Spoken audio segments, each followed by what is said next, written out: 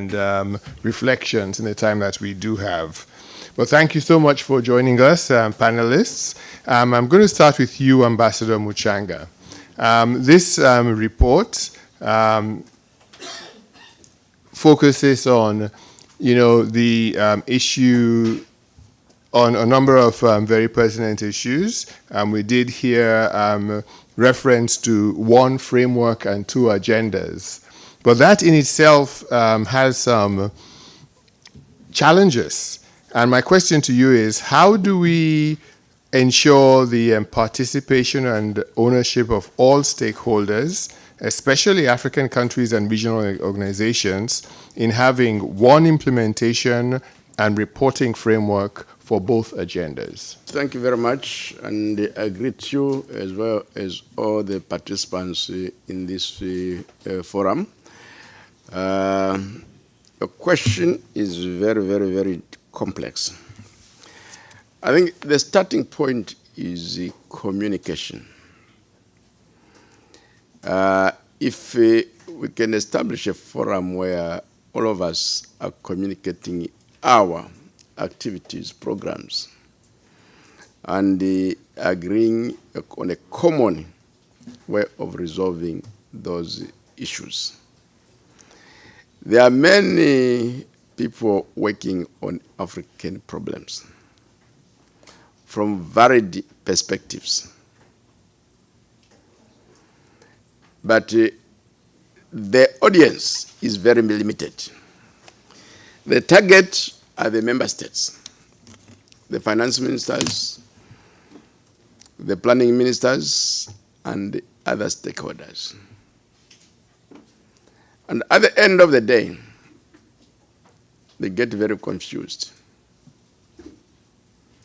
They get suggested programs from development cooperation partners, including the UN system and the African Union. They get similar suggestions from the civil society and other stakeholders. And they have their own national programs. How do you align all these initiatives, very positive proposals, but they may not be moving in the same direction? Sometimes they can be contradictory. So that's where the importance of communication comes in.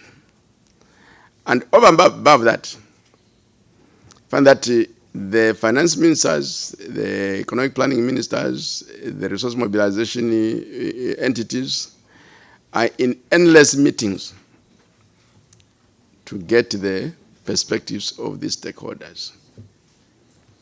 All these more or less undermine the process of effective focus or strategic focus, and as a result, there's going to be ineffective implementation. So a time must come, and this is the time, where at the level of the African Union, at the level of the United Nations, and the level of the African Development Bank, all these initiatives we have at the African Union Agenda 2063, UN Sustainable Development Goals, and the African Development Bank high fives. They should be aligned so that it's much easier for member states to domesticate them.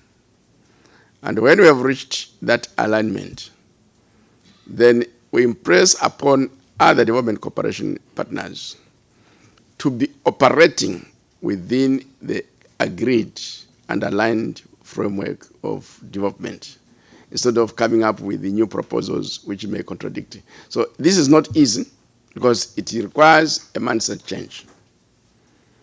And sometimes it makes it made more difficult, because the other parties, when they come up with the ideas, they are also saying, if you accept, we're going to give you money. And the African countries are short of money. It has been highlighted here. The domestic resources mobilization is very, very low. So all those are indicators of dangers that exist. But it's not very easy. It takes a long program, period of communication and mindset change. Thank you. Thank you so much, Ambassador Muchanga. You rightly pointed out the importance of linking alignment, focus, and implementation. And to bring this about, we need a mindset change. There's a lot that the African countries can do. There's a lot that development partners can do. But let me just push back a little bit, Ambassador, if I may.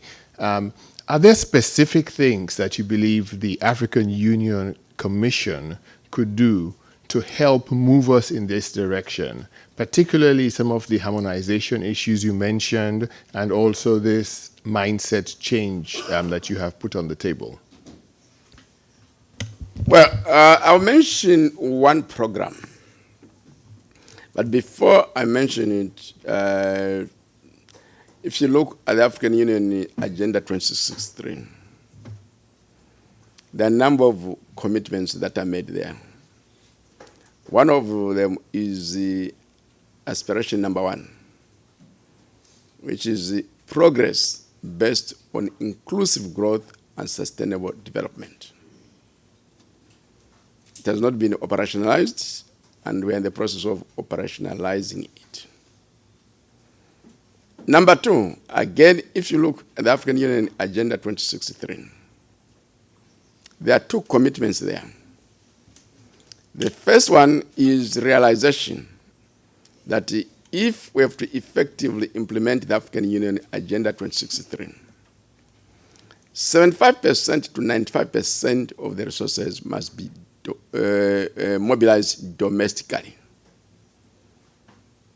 That's a commitment made. And then within the same document, there is a commitment that beginning in 2023, which is this year, the African economy should grow at a rate of 7% or higher per annum. Now, before I come back to the main answering the main question, these commitments also should be related to AUDA NEPAD. Way back in 2001, when we rolled out to AUDA NEPAD to the G7, we as Africa made 2 cardinal commitments. The first commitment was that we would use NEPAD to ensure that we promote domestic resource mobilization in Africa's development. And we eventually become self-financing. And there was also a commitment that we would use NEPAD to end the marginalization of Africa. During your presentation, one key statistics that came up, if indicates continued marginalization, is Africa's share of global exports, which is just about 2%, 2.7%. And when you look at Africa's share of the global economy, it's just 3%. That is marginalization. Now relate that 3% and 2% to Africa's share of the global population. Right now is 18%. And 2050 is going to be 25%. And they tell you one thing, low productivity. Now to overcome that, and this is why I come now to the issue, we have teamed up with the AUDA NEPAD and the African Development Bank and ourselves to come up with a study on key actions to achieve inclusive growth and sustainable development across Africa. And we are working on 2 key issues there. One is to raise investments from the current level of 20% of Africa's GDP to 40%, so that we are able to grow at 7 to 10%. And the other one is to ensure that the economies grow at 7 to 9% to 10%. They are high ambitions, but with resolve, they can be attained. And we intended to finalize the study at the end of this year and present it to the Assembly with the hope that, back to the question of ownership, countries can use it now to say between now and 2023, based on the study, how can we position our respective economies to grow at those rates. That's the challenge that we're going to make. And we are going to also require that the heads of state and government give annual reports to their counterparts to say, this is what we are doing to grow the African economy. That way, we shall stop marginalization. That way, we are going to promote export development and export diversification, and we achieve higher rates of growth. Now, before I end, we're talking of sustainable development. As a result of climate change, some statistics indicate that the African GDP goes down by about 15%. And similarly, GDP per capita, as a result of climate change, is lost to the relative level of 5 to 15%. So the high rates of growth are required to ensure that we meet the climate change as well as challenge, as well as the poverty challenge that we face. Thank you.